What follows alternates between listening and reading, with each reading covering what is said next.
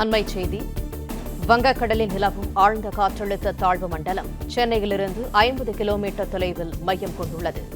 ஆழ்ந்த காற்றழுத்த தாழ்வு மண்டலம் அடுத்த 12 மணி நேரத்தில் காற்றழுத்த தாழ்வு மண்டலமாக வலுவிழக்கும் என அறிவிப்பு வெளியாகியிருக்கிறது.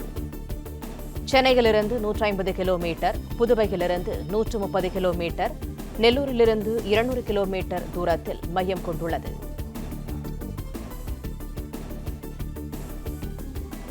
வங்கக்கடலில் நிலவும் ஆழ்ந்த காற்றழுத்த தாழ்வு மண்டலம் சென்னையிலிருந்து 50 கிலோமீட்டர் தொலைவில் மையம் கொண்டுள்ளது. ஆழ்ந்த காற்றழுத்த தாழ்வு மண்டலம் அடுத்த 12 மணி நேரத்தில் காற்றழுத்த தாழ்வு மண்டலமாக வலுவிழக்கும் என அறிவிப்பு வெளியாகியிருக்கிறது.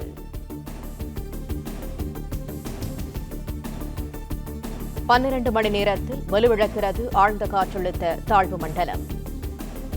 கூடுதல் தகவல்களை தருகிறார் செய்தியாளர் மாணிக்கம். முழு விவரங்கள் என்ன? நேற்றைய தினம் டிட்பா புயல் வலுவிழந்து ஆழ்ந்த காற்றழுத்த தாழ்வு மண்டலமாக வலு குறைந்திருந்தது. அந்த ஆழ்ந்த காற்றழுத்த தாழ்வு மண்டலம் தொடர்ந்து அடுத்து வரக்கூடிய 12 மணி நேரங்கள்ல மேலும் வலுவிழக்கக்கூடிய வாய்ப்பு இருப்பதாக வானிலை ஆய்வு தெரிவித்திருக்கிறாங்க.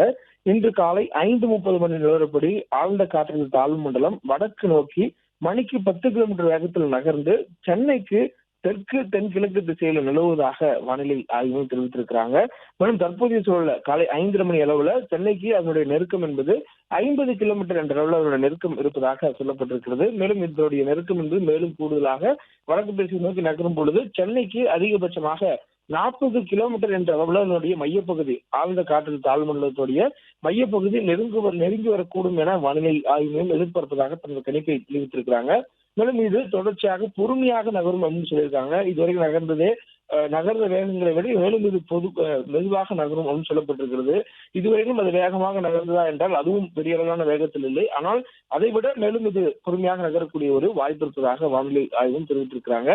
மேலும் இது தமிழ்நாட்டுடைய வட கடலோர பகுதிகளை ஒட்டியே தொடர்ந்து நகர்ந்து வருவதாகவும் இன்னும் 12 மணி நேரங்கள்ல காலை 5:30 மணி நிலவரப்படி 12 மணி நேரங்கள் சொல்லும் பொழுது மாலை 5:30 மணிக்குள்ளாக இது ஆழ்ந்த காற்றழுத்த தாழ்வு மண்டலம் என்ற நிலையிலிருந்து வலுவிழந்து காற்றழுத்த தாழ்வு மண்டலமாக வலு குறைவதற்கான வாய்ப்பு இருப்பதாகவும் வானிலை ஆய்வும் தெரிவித்திருக்கிறாங்க. மேலும் இதனுடைய மைய பகுதி கடலோர பரப்புக்கு வடகடலோர பகுதியிலும் மற்றும் குறிப்பாக சென்னைக்கு அருகே இன்று நண்பகல்ல வரும் பொழுது அதிகபட்சமாக 30 கிலோமீட்டர் என்ற தொலைவில் புயல் அந்த ஆழ்ந்த காற்றழுத்த தாழ்வு மண்டலத்துடைய மைய பகுதியும் சென்னையுடைய கரையோர பகுதியிலும் இருப்பதற்கான வாய்ப்பு இருப்பதாக வானிலை ஆய்வு தெரிவித்திருக்கிறாங்க. மேலும் தொடர்ந்து இதனுடைய கண்காணிப்புங்கிறது ரேடார் மூலமாக கண்காணிக்கப்பட்டு வருவதாக வானிலை ஆய்வு தெரிவித்திருக்கிறாங்க. பெரிய அளவிலான மழைக்கான வாய்ப்புகள் இல்லை.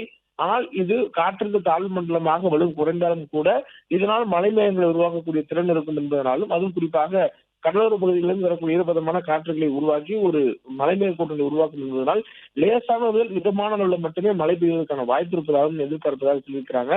தொடர்ந்து கடலோர பகுதியில் இருப்பதனால் பெரிய தாக்கம் இருக்காது. காற்றுடைய வேகம் சற்று அதிகமாக இருப்பதற்கும் கடல் சற்று கொந்தளிப்புடன் இருப்பதற்குமான வாய்ப்பும் இருப்பதாக சொல்லப்பட்டிருக்கிறது.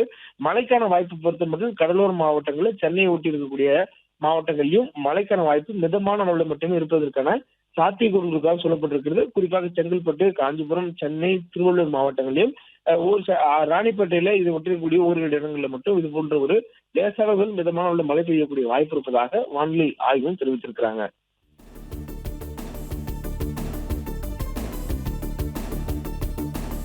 பிளே ஸ்டோர் மற்றும் ஆப் ஸ்டோரில் இருந்து பாலிமர் செயலியை QR கோடு மூலம் பதிவிறக்கம் செய்யுங்கள். செய்திகளை உடனுக்குடன் பெறுங்கள்.